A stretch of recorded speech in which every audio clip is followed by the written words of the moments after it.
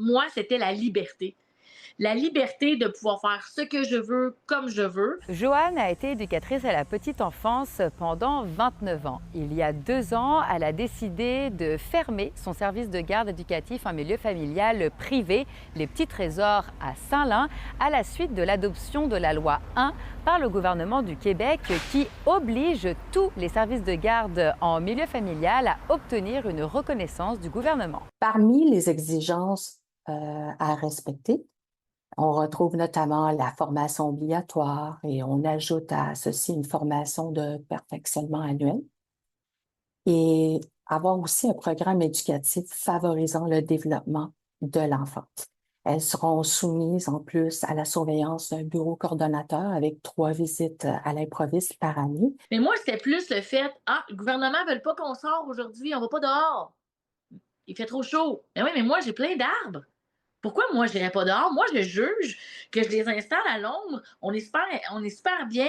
Je push des jeux d'eau, let's go, nanana, puis c'est fonctionnel, puis je vais y aller.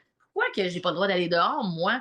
Je me trouvais pas libre de décider. Le travail des éducatrices en milieu familial a vécu de nombreuses transformations dans les dernières années. C'est une profession qui est parfois mal comprise, selon Jeannette Olmos, qui est responsable d'un service de garde en milieu familial subventionné depuis plus de 25 ans. Alors pour moi, ça c'est important d'être accrédité. Être accrédité, ça donne aussi une assurance à les parents. Ça nous protège à nous dans tout ce que c'est la loi. OK, dans tout ce que c'est la protection aussi pour les enfants. Alors les choix de les autres filles qui ne voulaient pas être accréditées, l'exemple qu'ils donnent, dit « Oh mon Dieu, c'est beaucoup de paperasse. C'est beaucoup d'exigences. En plus de ça, c'était un agent de conformité qui peut sonner à la porte n'importe quand.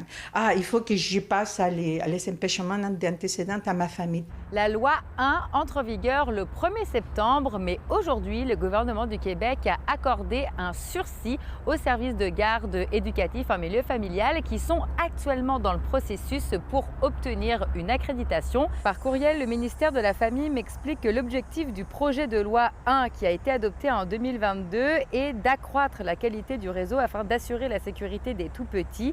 Et l'une des façons d'y arriver, ça passe par l'intégration à terme des personnes non reconnues dans le réseau. Pour tous les autres milieux de services de garde qui n'ont pas obtenu de reconnaissance du gouvernement, eh bien, ils pourront seulement accueillir 2 enfants au lieu de 6 ou bien des enfants qui proviennent de la même famille.